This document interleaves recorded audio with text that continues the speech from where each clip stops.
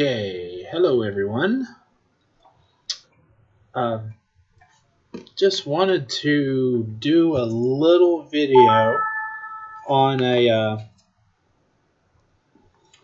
on the iPhone Touch ID.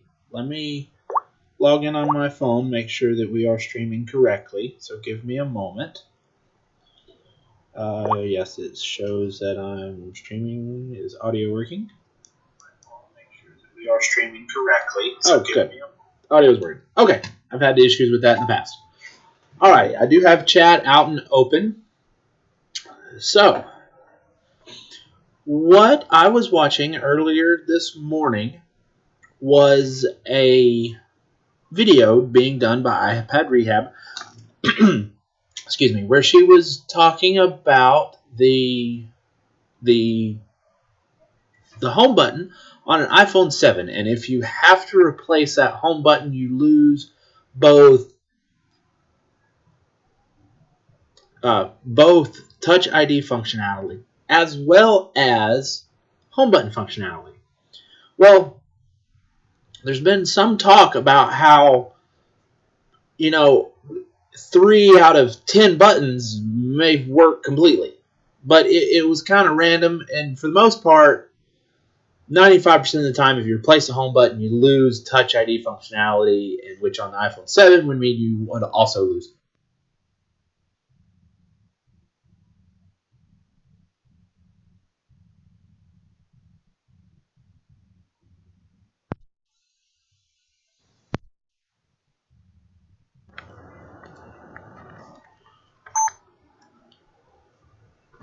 Okay, sorry. My camera that I'm pulling the microphone out of just powered off. So, but let me explain my background a little bit. I didn't really start out in phone repair and then develop my skills to do board level and soldering and that sort of thing. I kind of went the other direction. My background is with computers and electronics, even to go as far as to say hobbies, doing a custom programming Arduino boards, microcontroller programming, and stuff like that. So my background's more technical, and then developed into doing phone repair, board level repairs, micro soldering, and that sort of thing. So she was going over the schematic. Something caught my eye that I wanted to do a little bit of research on.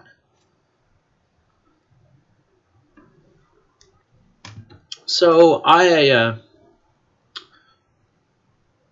started pulling up schematics and looking at the connection of how these things communicate from an electronic standpoint, not as a repair standpoint.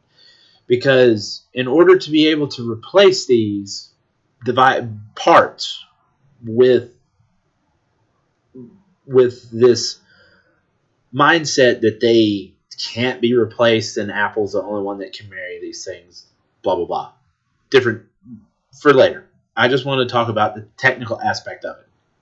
So, what I have pulled up here, this is a iPhone 6. Okay, this is the iPhone 6. This is the connector for the home button. Okay, which on the iPhone 6, it still had your traditional home button, which they kind of kept schematic terminology from the iPod all the way up through, so that button is what they call the menu key, and your power and sleep key is what they call hold key. So anyway, that's the side. So we're here on the connection. So right here we've got this is button AP menu key. So this is our home button connector. There's two things that I noticed immediately from my electronics background. Okay, this I2C and this SPI. So what I2C is a method of two-wire communications between controllers and devices. And these this 2-wire communication. It's technically 4-wire, but power and ground, it's 2-wire. So you've got this communication. The way it works, in a nutshell, really watered down. So don't criticize me too much for saying this. So the CPU or the master or the controller, whatever type of device you're working on, goes out to the I2C line, goes, hey, I need to talk to device 63. Well, if you've got 10 devices labeled different numbers, 63 would respond. So, oh, I'm 63, I'm listening. And then the two parts of whatever system they're a part of will talk to one another and communicate. And then when they're done, the master, CPU, what have you, will go, okay, I'm done. All right. And then, okay, I need to talk to device 70. And then 70 will be like, oh, I'm here, and so on and so forth. However many devices you have in the chain. Okay. Well, there's an identifier for the I2C thing. That number can be changed from device. So my first thought was that this I2C protocol for the home button, the ID inside the home button is different for certain home buttons. So, which would explain why some of them would randomly work and some of them wouldn't, because there's only so many hex values that the I2C protocol can utilize. Okay, so that's the first thing. The next thing is this SPI. Okay, so what SPI is, it's similar to I2C in a way, but the SPI uses 2 lines for communication, a clock signal, and a slave select. So you have 4 wires needed for SPI. So what slave select is your controller would turn that line on, and then whatever device it was going to would then, okay, I'm on, I'm going to start listening on the chain. We're going to start passing data between a master output slave input, or master input slave output. MOSI or MISO. And of course your clock signal is just a clock that regulates the speed at which those data pulses communicate with one another. That's it. You've got 2 communications protocols happening between the Touch ID sensor and the processor. Now, I2C and SPI. I2C and SPI were both board-level communication technologies developed in the 80s. I2C came out in 82. I'm not really familiar with when SPI came out, but it was developed by Motorola. That much I do know. So all the communication that happens between these 2 devices internally, it's based on old technology. It's not really all that secure. It's open source. It's easy to listen to. So one of the things that I would like to try to do is get a listening on these lines, to try to pull off this data. I don't really see how that can be too difficult to accomplish. So that is my thoughts on that. And the I2C protocols, the I2C is more towards what I'm leaning as to why some buttons would randomly work. Now, if you look in the schematic, no, wrong keyboard. Okay, perfect. It went right to it. So we've got this I2C address table. center that up. So this I2C address table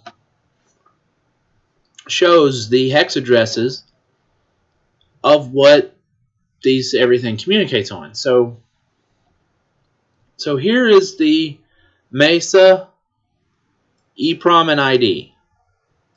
So Mesa is everything that's referred to in the schematic as to what's referring to the Touch ID. Now, I'm not trying to, I don't want to break into phones. I don't want to,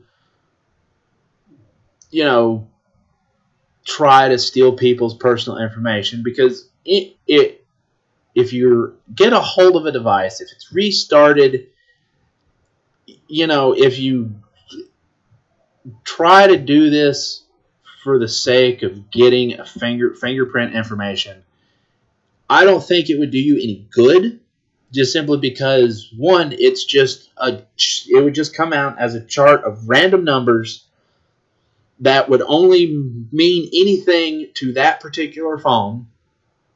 And in order to hook all this stuff up, you would have to power cycle it, which is going to want the passcode anyway. And if you have the passcode, you don't need the fingerprint. So all of it falls back on the passcode. The passcode is your important part that makes everything dependent on what it can do. So I think that a lot of this, okay, you replace the button, it doesn't work anymore. I don't really think that is a security feature that Apple did on purpose. I feel like that is a byproduct of the way it's manufactured, and Apple just went, ha, we did that on purpose. And they just play it off like they meant to do it that way to screw independent repair, when in reality it was just a byproduct. Which also kind of leads me to believe that it's possible that the whole Error 53 thing that came out a while back that they've since fixed, also to me can make a slight bit of sense, because these addresses for all these devices, they can be changed from device to device, blah blah blah. So if you replace the chip, you replace the Touch ID, and if it takes the address of another device in the phone, well, that device isn't going to communicate properly anymore. So if it runs a diagnostic test on say okay, so here's a good one. So right here, PMU, power management. So say you put a new Touch ID that had this 0x74. Well, the phone's just going to send commands to 0x74 on what it needs to do, blah, blah, blah, and it's going to be happy. Well, if your Touch ID chip, the new one, that's not original, has that same address, it's receiving commands, well, it's not going to do anything because it doesn't know how to interpret that data. It's going to go, I need to talk to 74. Both devices are going to go, we're 74. And they're both going to start listening, and the Touch IDs, Now, this is all just speculation. So, during a restore or an update, it sends out a signal, hey, I need to talk to 74. And it's not going to get the correct information back because it's going to have two different devices communicating. It's like, okay, I don't know what the hell's going on. Error 53. Again, this is just speculation. I would really appreciate some other comments or suggestions on any of this. This is just my thoughts, kind of what, like I said, just something I noticed because it was on the screen on a YouTube video this morning that I noticed, and so on. So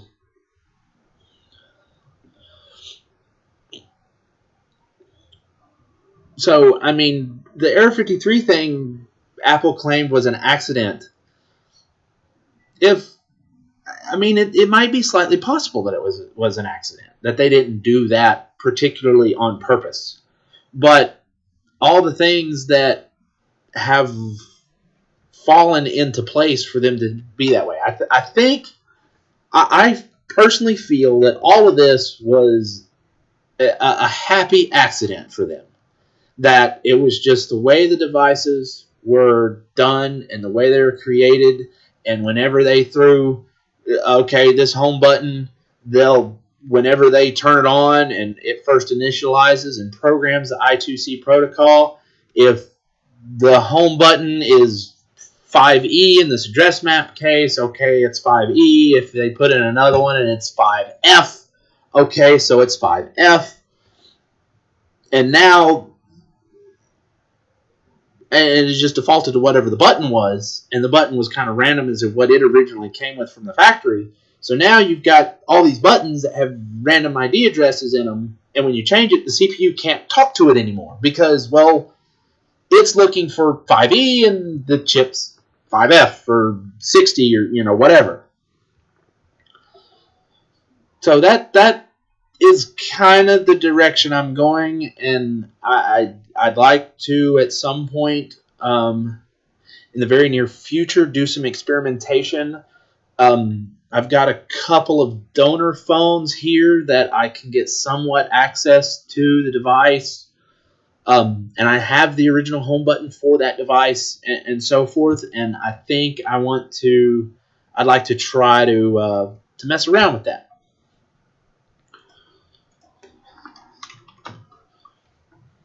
Oh, wrong keyboard again.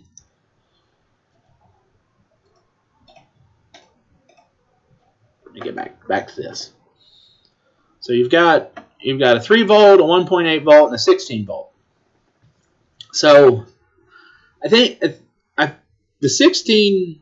Okay, well this is 16V5, so 16.5 volts. That's for the actual touch, the ID recognition, the actual touch sensor that looks at your fingerprint.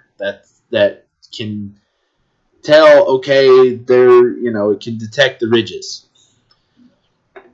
The 3 volts and 1.8 volts, I feel that those are part of the two different communication protocols for the chip. So the I2C, they could be using the I2C for strictly addressing, and the SPI to actually transmit the data of the touch itself. Because SPI communication protocol, it doesn't really have an ID attached to it the way I2C does. It is just raw data that's sent back and forth between a master and a slave. And it's kind of interesting to me that Apple is using these two methods of communication. They're very solid. They've been very proven, but they're 35 or more years old. I mean, like I said, this communication technology came out in the 80s. So, but anyway, so that's about it. I want to kind of keep this short, and I want to try to keep it focused to this point of the home button. I think that hopefully this will lead to somebody developing something, be it me or another repair shop or a couple of people in conjunction with one another. Because, like I said, I would love to talk to some of the other experts in the industry on this particular topic, on this specifically. This is using old communication. It's simple. It's pulsated. It is possible to listen to. Like, you can hook up a logic analyzer to both I2C and SPI and get and interpret the data that's being passed. It's bits and bytes. It's just like any type of any other communication in computers and electronics. It's nothing special. It's nothing proprietary. It's nothing fancy. Now, it is possible that it might have an ID number that's associated with it, and so on and so forth. So we'll just more research and some more stuff, and once I have the chance to do a little bit more research, more looking into it, I'd be glad to share that information. I did look a little into the iPhone 5S Touch ID, and one of the things I noticed about that, okay, and I kind of wrote it down, so I'm not sure if you can see this on my crummy webcam that I've got up right now. Okay, so this is the information off of a Touch ID chip for a 5S. Okay, so this number at the top, this number is always the same. The letters down the side, they're always the same. I looked at four different home buttons for the iPhone 5S, and what that told, and that basically tells me that this NXP is a manufacturer, and this 8416A1, that is the actual chip model. Well, now this upper middle line and this bottom line was completely different on all 4 IC chips. So it's almost like these are the numbers that correspond to the data. And somebody, I had read or saw somewhere or heard somebody say that if you change this chip over to the new button will work. I haven't tried that, and I don't really want to spend a whole lot of time tinkering around with the 5S devices, because it's an older device, and the whole purpose of me looking into this is on an iPhone 7, it doesn't have the physical, like, tactile, like, it doesn't have the physical button behind it. It's all done through touch. So if you swap that button, not only do you lose Touch ID, but you also lose home button functionality completely. So you get no button at all. So it's not like before, oh, your button's broke, we'll swap it out. You'll still have a button, you just can't use your Touch ID, because a lot of people don't really use that anyway. Of maybe the 100 or so people that I personally know that own iPhones, there's maybe 3 or 4 of them that I can think of that use Touch ID functionality. Even all the people I know that own Android phones, like, they have, like, I'm not 100% even sure why manufacturers even bother installing it. Because they're like, oh, Touch ID, fingerprints. I mean, I don't use it. I've got a Galaxy Note 4. It's got the fingerprint reader. I don't use it. My wife's got the iPhone 6. She doesn't use it. I've got a couple of friends with HTCs with fingerprint scanners. I know a couple of people that only have LGs. They don't use the Touch ID. So that's another thing I'm kind of interested in. How many people actually use touch function, or the Touch ID function, versus the people who either just use a passcode or don't fuss with either? I mean, I don't even have a passcode on my phone. Now, the stuff I want to keep private, I have it in certain applications that require passcodes, but for the most part, anybody can pick up my phone and look at YouTube or Google Maps, whatever. If there's something personal that I don't want anyone to just pick up my phone and get to, well, I keep that locked up. And that's partially because I worked at RadioShack for a short time. I sold cell phones for a while, and in this repair market, to be able to pull my phone out of my pocket, pull something up, let somebody look at it, and hand it to them. They can fuss with it. I don't want them to have to accidentally hit the sleep button. Oh, here, give it back to me, so I can stick my thumb to it. But anyway, off topic. So back to the 5S. Got way sidebar there. So back to the 5S chip. So this number and this bottom number. So I think these two numbers are like the ID of the chip. It's physically printed on the chip. Now the 5S, and one of the reasons why I don't really want to mess with the 5S at all is because, which the schematic doesn't really have a good way to tell, but if you look right here, so you've got your, and of course the 5S calls it the Navajo, or however you want to pronounce that. So here's your 1.8 voltage and your 18 volts and your boost enable. So this is all your voltages, and then over here is your SPI. So the Navajo only show, or the 5S only shows the chip communicates via SPI. So that's only SPI, and only with the iPhone 6 do you get SPI and I2C. And I don't have the iPhone 7 schematic, and I don't have the iPhone 6S schematic. Right now I can get them. I didn't bother Googling that.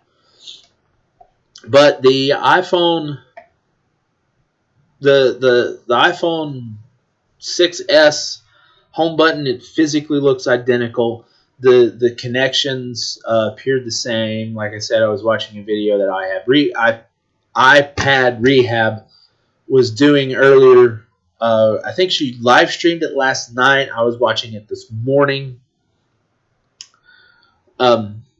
Because my sleep schedule, a lot of times I don't really get to watch those streams while they're live.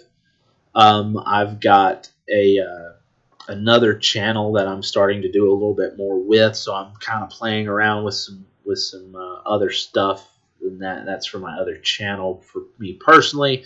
This is my work and repair channel. So we've got these so yeah.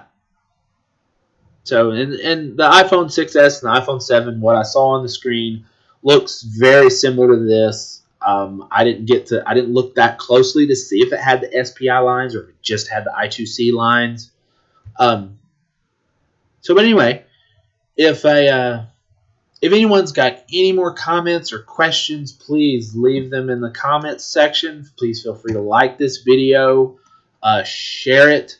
I would absolutely love to be able to talk to other people in the industry about this. I would love to have a conversation with Jessa Jones from iPad Rehab on this topic. I know she streams it. I know she's very, very busy.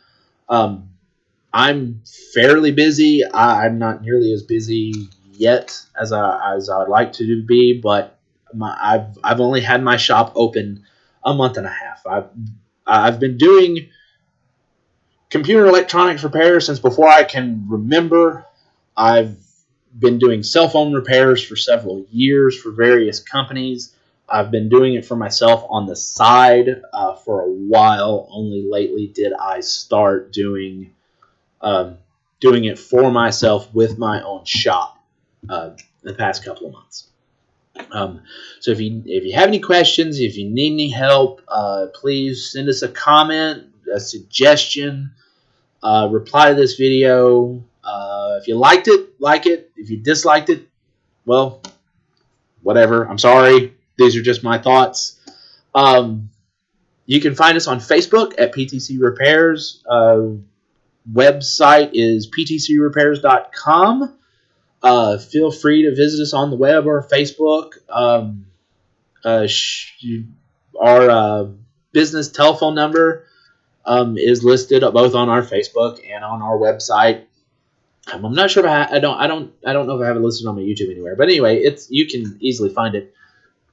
Feel free to shoot us a line, shoot us a message, drop us a line, whatever saying you want to do.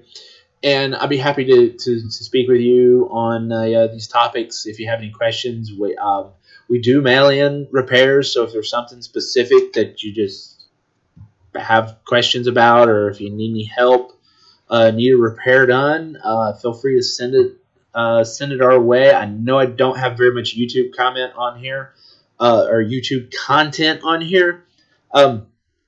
Like the 3 times I've had really good repairs that I wanted to film and stream for YouTube, they just came in with 2 or 3 things at the same time, and I didn't have time.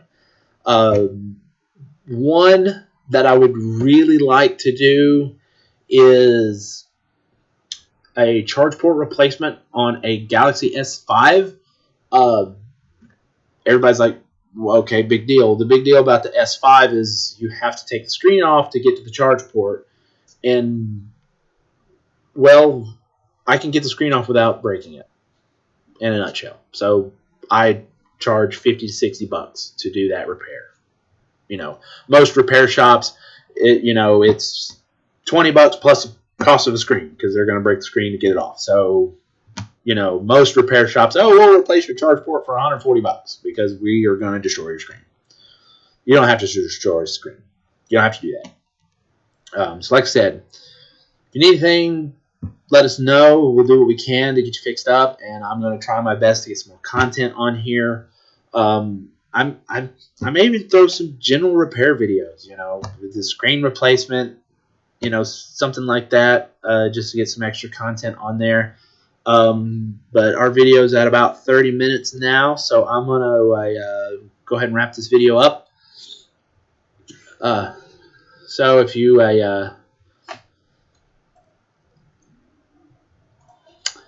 need anything, I'll make this up a little bit bigger.